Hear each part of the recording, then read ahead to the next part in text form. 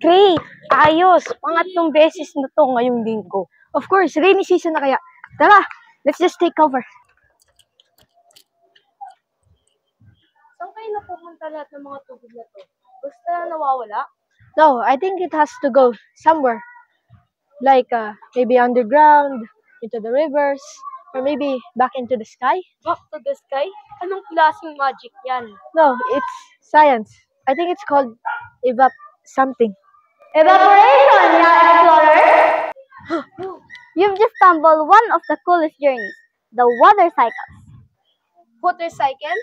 Tubig na nakabay? No, a cycle, as in paikot, a circle.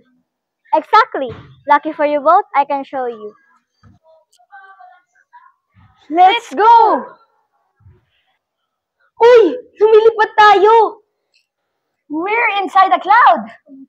This is wild! Init ng araw ang nagpapasingaw sa tubig ng ilog, lawa at dagat. This is called evaporation. Oh! Then the water vapor cools down and becomes clouds. That's condensation. That was intense. So that's how rain works? Correct. Pag mabigat ng ulap, mabagsak ang tubig bilang ulan. That's precipitation. Okay, tapos saan napupunta ang tubig ulit? It goes into river, lakes, or underground sinks. Yung iba, balik dagat. And then it evaporates again? Exactly. Paikot-ikot lang, kaya tinawag siyang cycle.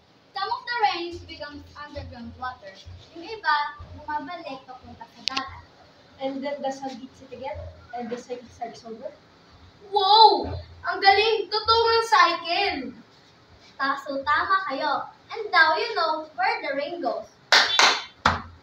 Oh, saan siya pumunta? Oh, totoo kaya yung nangyari? Does it matter? We learned a lot. Science can take you anywhere. Basta curious ka lang.